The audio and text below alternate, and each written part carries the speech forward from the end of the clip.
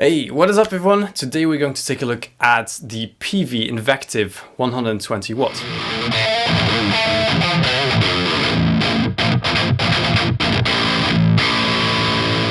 So before we start, huge thanks to Freddy, a subscriber who hit me up a few weeks ago, and he was like, hey dude, I have a Peavey Invective that I want to sell. Do you want to try it first before it goes? And I was like, hell yes.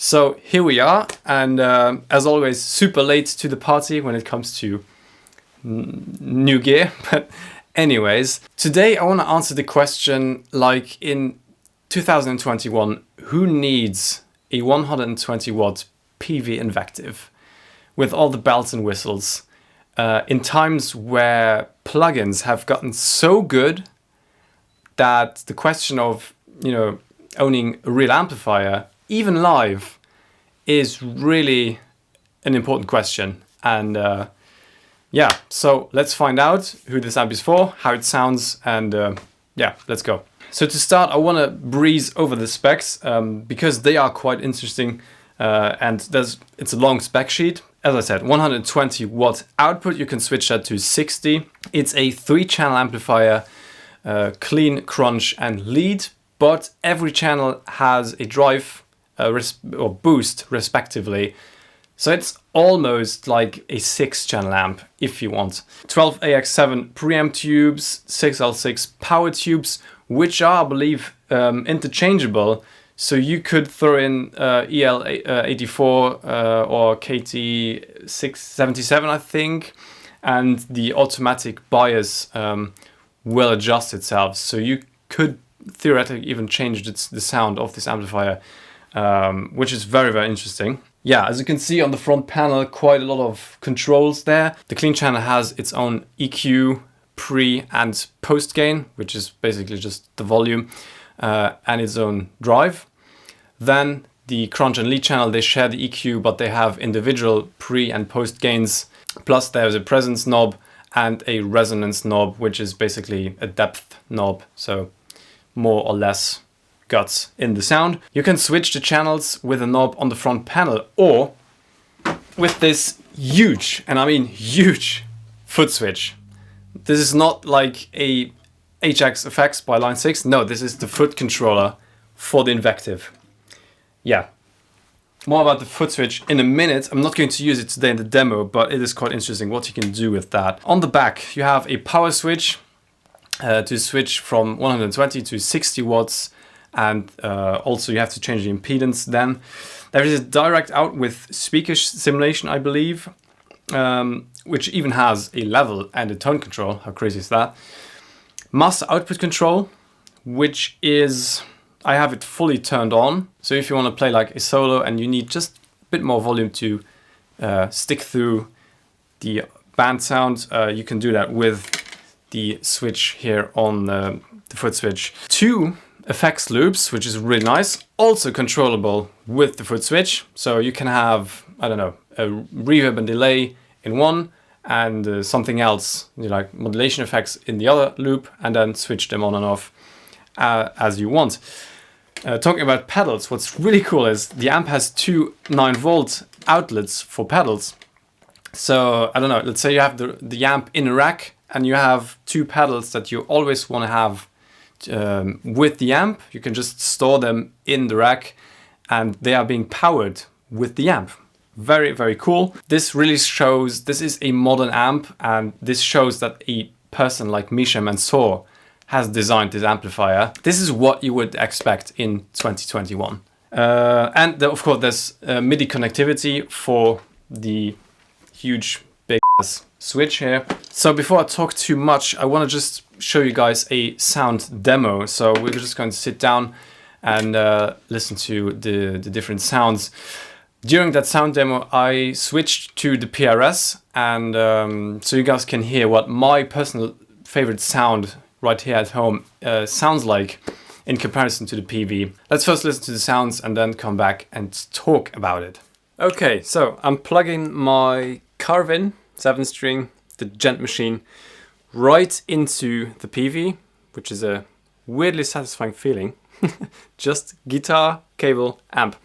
And the amp is running into a torpedo captor where it goes into my 2i2 Focusrite interface. So I am hearing the sound through my studio monitors and not through the cab. I must admit, the amp sounds super fizzy through the cab. It's not as bad through the speakers, through the direct recording, but it's still fizzy. But that's what we're going to see in just a minute.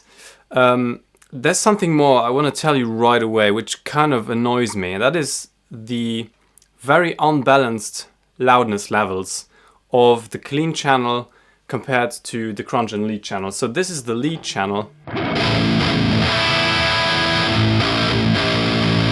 And now if I switch to the clean channel, it's way too loud, everything clips, and I would have to adjust the gain on the interface again, which is something annoying if you are recording and switching channels, or at least, I don't know, it should be balanced if everything is just set to noon, but it isn't, so check it out.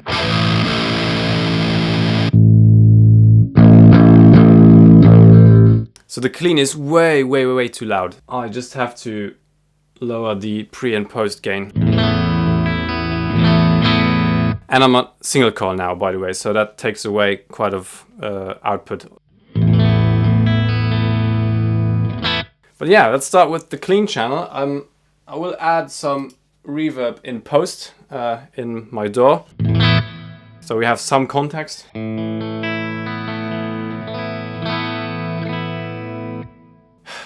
Yeah, that's clean, I guess. It could be a bit more sparkly to my taste. So I added a bit of high and presence.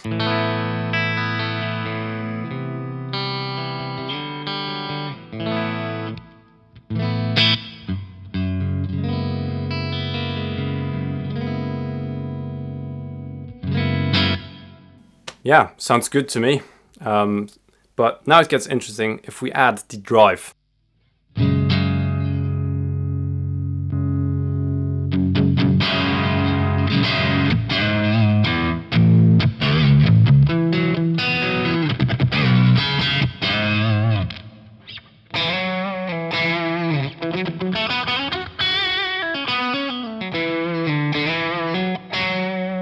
So I'm just noodling bullshit here because I'm not used to the 7th string anymore.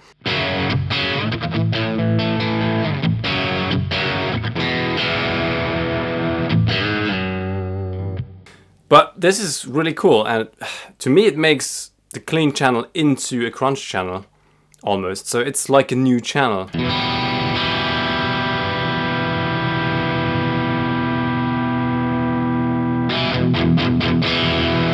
And also notice how the drive compresses the signal, so I can actually go up with the gain on the clean channel again.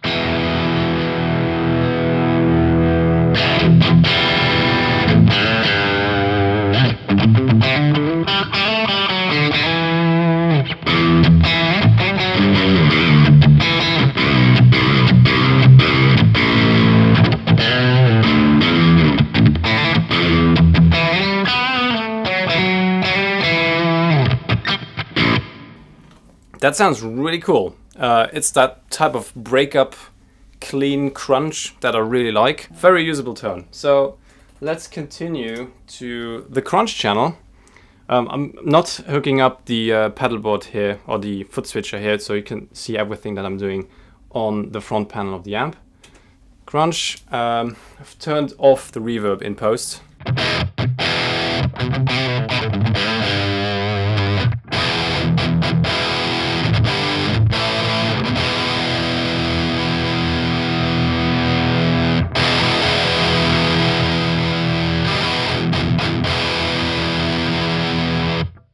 I'm not sure what I should think of this crunch channel because it is very gainy already, very saturated. So that's gain at 9 o'clock.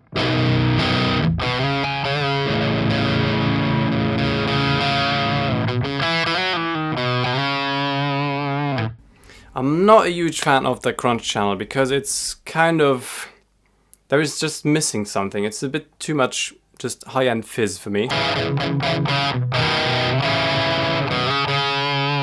So let's try adding a bit of low and maybe some resonance.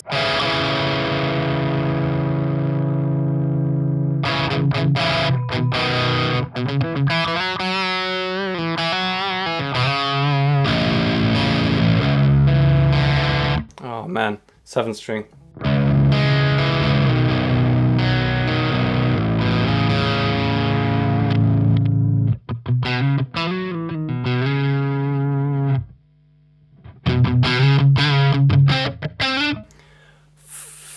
Me.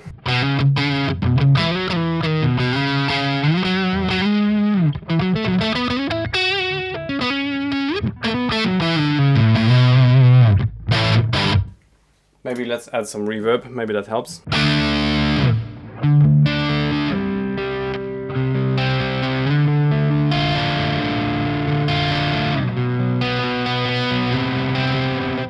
What the f am I playing even?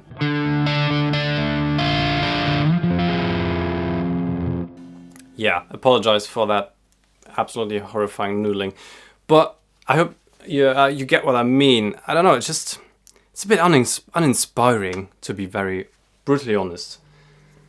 But yeah, so much for that. You could try and now go ahead and boost that.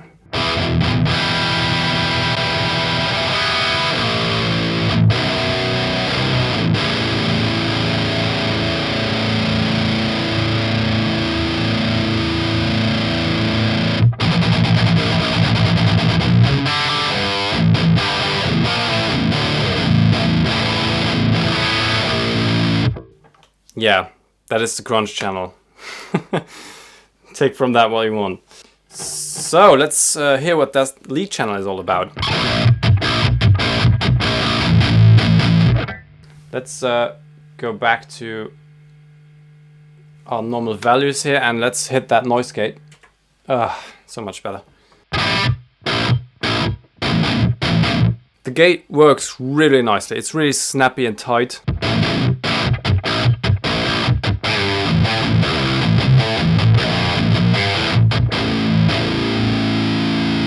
But yeah, let's see what I can do to make that genty purr sound. That is the periphery sound.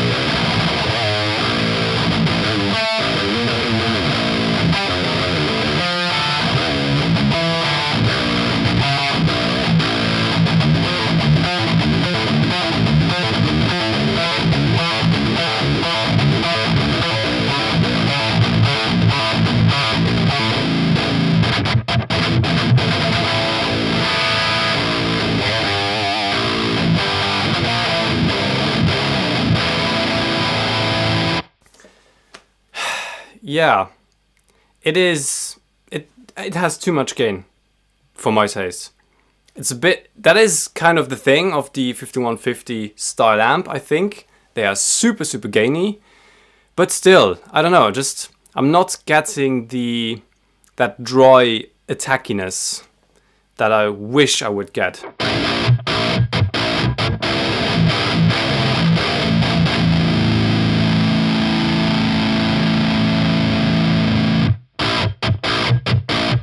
Now that's better. The boost fully cranked and very low gain setting here on the lead channel. But I'm missing that chug in the highs.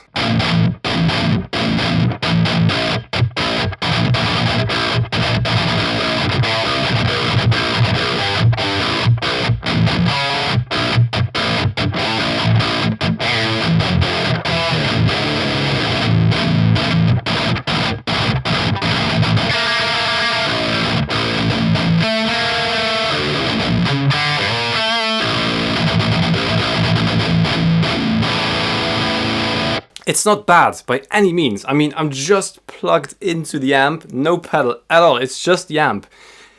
This is probably the best sounding amp on its own out there, tightness wise and just like attack wise.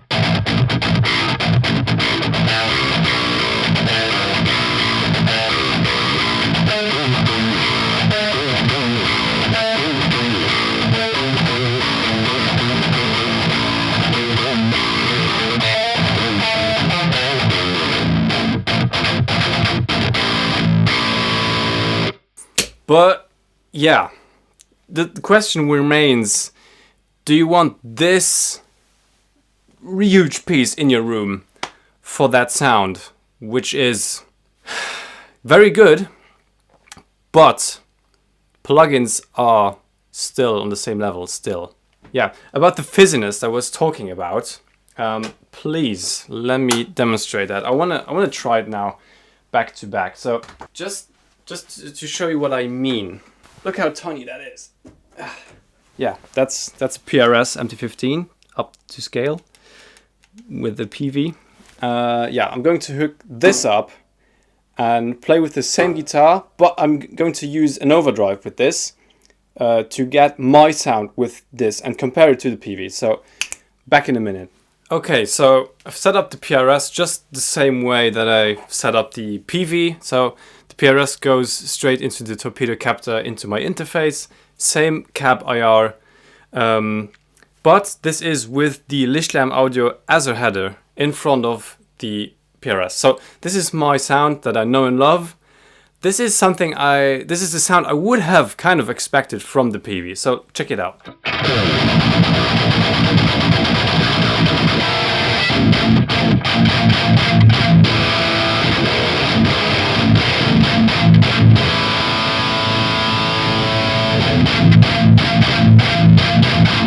Do you hear that bite and that purr?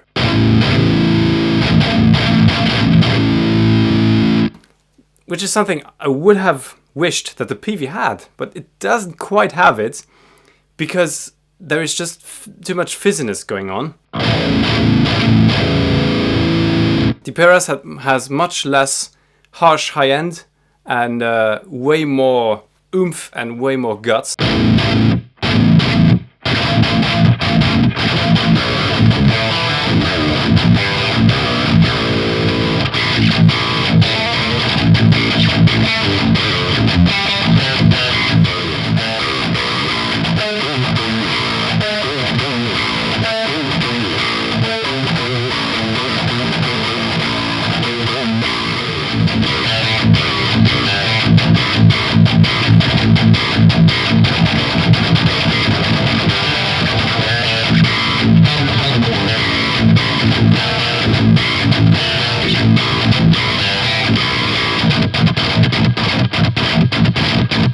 Yeah, I'm getting carried away here.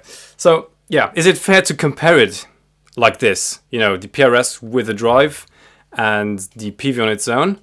Maybe not, but it kind of is fair because the Peavey has its own drive. So why not compare it to the PRS with another drive? Yeah, so much for that. I let you guys decide what you think is better. I know definitely for myself which amp I am happy to own. So much for that. Let's talk about the sound and let's try to answer the question, who is this amp for? Who needs this huge amp now in the days of the plugins?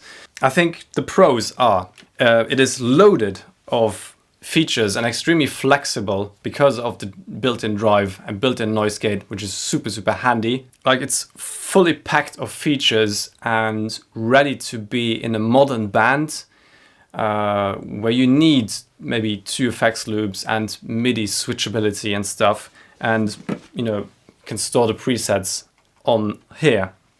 So that is really nice, and that is something I would expect of. That is something to expect of a modern valve amplifier, I think.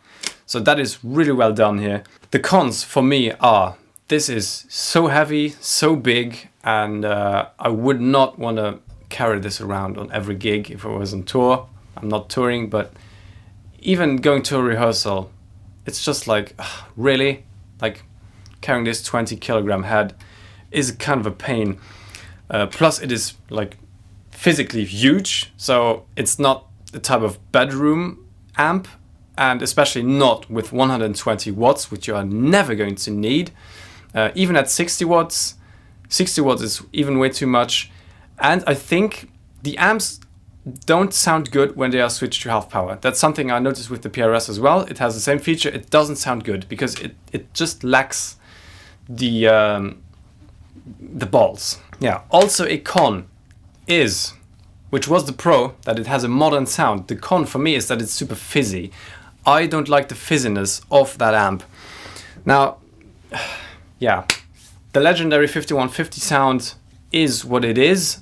I like it, but I don't know what happened here with the Peavey. Maybe it's the tubes. You can change those, but still, I personally think it's way too fizzy, especially over my cab. It's like unusably fizzy. And if you want to use this amp in the bedroom, just jamming around, even with an attenuator like the Captor, I don't feel that it has enough balls because you just can't crank the master. That's a huge problem for me. Yeah, so who is this amp for? I think this amp is for someone who is playing live, so needs the volume, or rehearsing with a band. So you need a situation where you can crank the amp, because then it really starts to breathe. I've heard it at a friend's house with a bit more loudness. Then it starts to breathe, and then the guts are coming up, and the fizziness just remains the same, so it gets more balanced. But at bedroom volume, it's just fizz and nothing else. And that person has to be a big tube nerd that just has to have analog amplification through tubes. That's the only scenario that I see here. So live player and just a tube nerd who wants to have as many possibilities of the modern switching and, just hooking up pedals and stuff. That's the only scenario that I see here. Or maybe a big studio where you just have, a rack full of amps, just tuck that in there. And if someone likes that sound, you can use that. For the normal bedroom player like me and probably you, I don't see any value in this amp personally. Even if you record direct into a Captor or something like, I don't know, a load box. I see no benefit there because you can't play it over cab. So that's my take on the Peavey Invective. I must say I'm a bit disappointed, especially when I compared it, back to back to my PRS, which sounds way better to me and way more full because you can actually, turn that master up. Okay, maybe it was unfair to compare it to the PRS with a, expensive drive or boost pedal, but I mean the Peavey has its own boost built in, so I think the game is fair here. Yeah, let me know what you think. Again, as I said, I'm a bit disappointed. The amp sounds great, and it's pretty impressive to just have that sound out of the amp, but it's still not there for me. Is it a gimmick? I don't know. I wouldn't say that. It is amazing, loaded with features, like it is truly capable, but it's just not for the bedroom player, I think. So yeah, let's wrap it up here. Thank you so much for watching this video. Again, let me know what you think. If you have a completely different opinion, please let me know. Or if you have ideas for scenarios where this amp could really shine, please let me know down in the comments. Thanks so much for watching this video. A special thanks goes to my patrons who are supporting me and my channel. Stay healthy, take care, and I will see you next time.